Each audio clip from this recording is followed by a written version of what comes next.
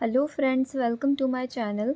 आज की वीडियो में हम post basic nursing second year का क्वेश्चन पेपर देखेंगे।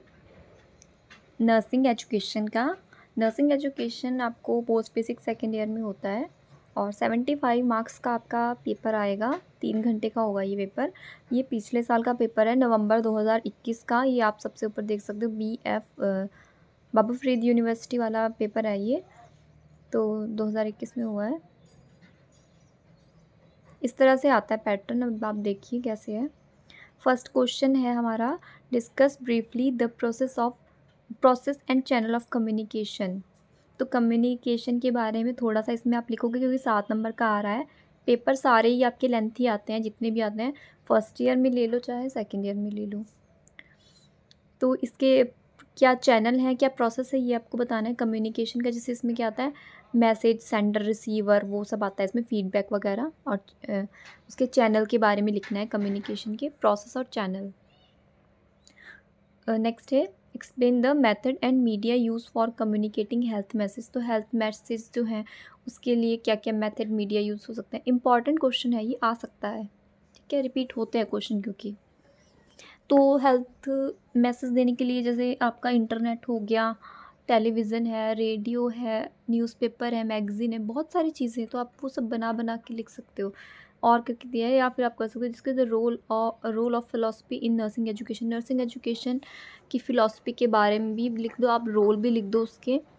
तो इसमें एक फ़िलॉसफी उनकी चलती है इसमें, जैसे कि नेचुरलिज़म, आइडलिज़म, प्रैग्मेटिज़म, ये सारा फ़िलॉसफी होता है, फ़िलॉसफी के अंडर आता है कि नर्सिंग एजुकेशन को किस तरह से लिया जाता है। अब नेक्स्ट देखिए, डिस्कस एनी 2 मॉडर्न एजुकेशनल फ़िलॉसफीज़। तो एक क्वेश्चन आपका ये हो गया, इसमें एजुकेशनल फ़िलॉसफी के बारे में ही लिखेंगे।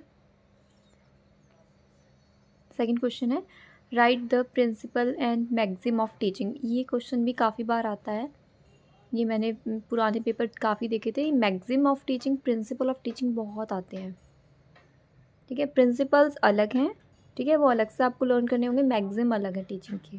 मैक्सिम के अंडर ऐसे आता है जैसे कि नोन टू अननोन, इस तरह से ये चलती रहती है आगे से आगे। कॉन्क्रीट टू डीप, ऐसा कुछ। Abstract, psychological to logical. तो बहुत सारे मैगज़ीन्स हैं और वैसे प्रिंसिपल भी हैं अलग अलग। बी है इसमें, explain role as a method of teaching, role play as a method of teaching.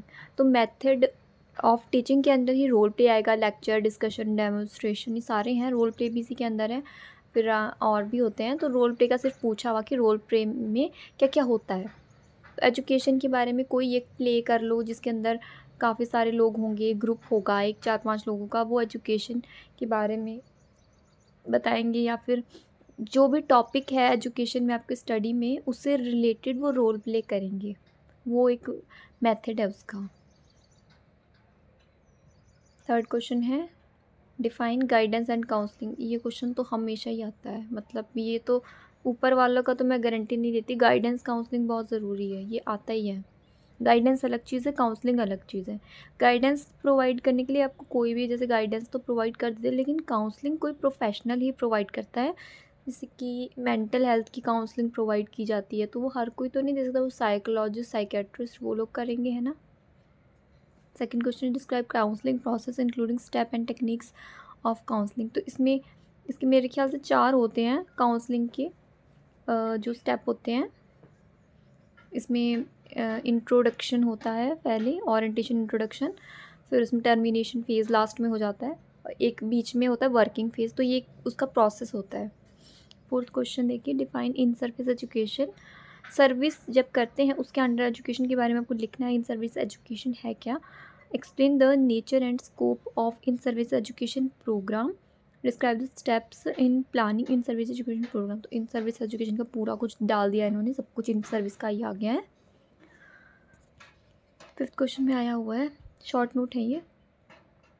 आपको देखिए, पेपर जब आप करोगे तो स्पीड ज़रूर बना के रखना, क्योंकि बहुत ही लेंथी पेपर होता है ये पोस्ट बेसिक वाला। और BSc वाला भी जो होता है वो लेंथी रहता है ज़्यादातर पेपर। GNM का पेपर इतना लेंथी नहीं होता है इसमें, क्योंकि आपको शॉर्ट क्वेश्चन देखिए है ही नहीं। सारे क्वेश्चन 5 नंबर का, कोई 8 नंबर का, एक क्वेश्चन तो आपको शायद 10 का भी दे सकता है, कोई पता नहीं चलता है इनका पेपर बनाने वालों का। तो इसमें फर्स्ट देखिए, फॉर्मेटिव एंड समरेटिव इवैल्यूएशन। सेकंड है ओवरहेड प्रोजेक्टर, OHP जो होता है, जो यूज़ करते हैं हम स्कूल में भी यूज़ करते हैं, कोई कॉलेज वगैरह में भी यूज़ किया जाता है। इस पर पेज रखते हैं, फिर लाइट लगती है, दीवार पे दिखता है, वो होता है। Bed side clinic, bed side clinic तो वही होता है, बेड साइड जो टीचिंग करते हैं ना, उसी को ही कहते हैं कि बेड साइड। कुछ डेमोस्ट्रेशन आपने दिया और एक डेमोस्ट्रेट कर रहा है और सारे उसको सुन रहे हैं, समझ रहे हैं, तो वो बेड साइड क्लिनिक होता है। आपके टीचर समझा रहे हैं तो सब ग्रुप में खड़े हैं, तो एक तरह का डेमोस्ट्रेशन ही समझ लो। बेड साइड क्लिनिक आप एडवांटेज और डिसएडवांटेज भी लिखना चाहिए आपको। जैसे पेशेंट इससे काफ़ी डिस्टर्ब होता है और वो एम्बेरस भी हो सकता है, उसकी प्राइवेसी भी इसमें डिस्टर्ब हो जाती है। बाकी लेकिन इसमें फ़ायदे ये हैं कि एकदम एग्जैक्ट, आई मीन प्रैक्टिकल में काफ़ी हेल्पफुल रहता है ये। थियोरेटिकल से ज़्यादा बेटर होता है प्रैक्टिकल, ज़्यादा अच्छे से समझ आता है, तो वो एडवांटेज है स्टूडेंट्स के लिए। चेकलिस्ट के बारे में पूछा गया है। चेकलिस्ट क्या होता है? Welfare services for students. तो इसमें वेलफेयर सर्विसेज आपकी बुक में आपको मिल जाएगा ये टॉपिक। स्टूडेंट्स के लिए भी वेलफेयर सर्विसेज होती हैं, वो क्या होती हैं, और इसमें बहुत सारी सर्विसेज हैं। जैसे स्कूल में होता है, हेल्थ चेकअप के लिए आते हैं स्कूल में, फ्री हेल्थ चेकअप होना चाहिए उनका।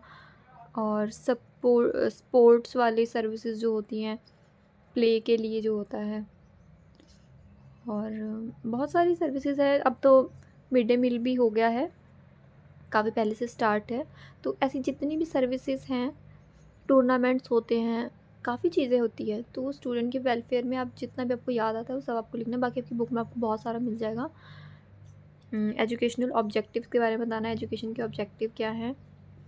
और कंप्यूटर असिस्टेड लर्निंग एक ये भी आ गया, इसमें कंप्यूटर का आएगा कि कंप्यूटर में जो पढ़ाई होती है वो उसके बारे में आपको बताना होगा। तो आई थिंक आप समझ गए होंगे। ये आपका नर्सिंग एजुकेशन का पेपर था। Thank you.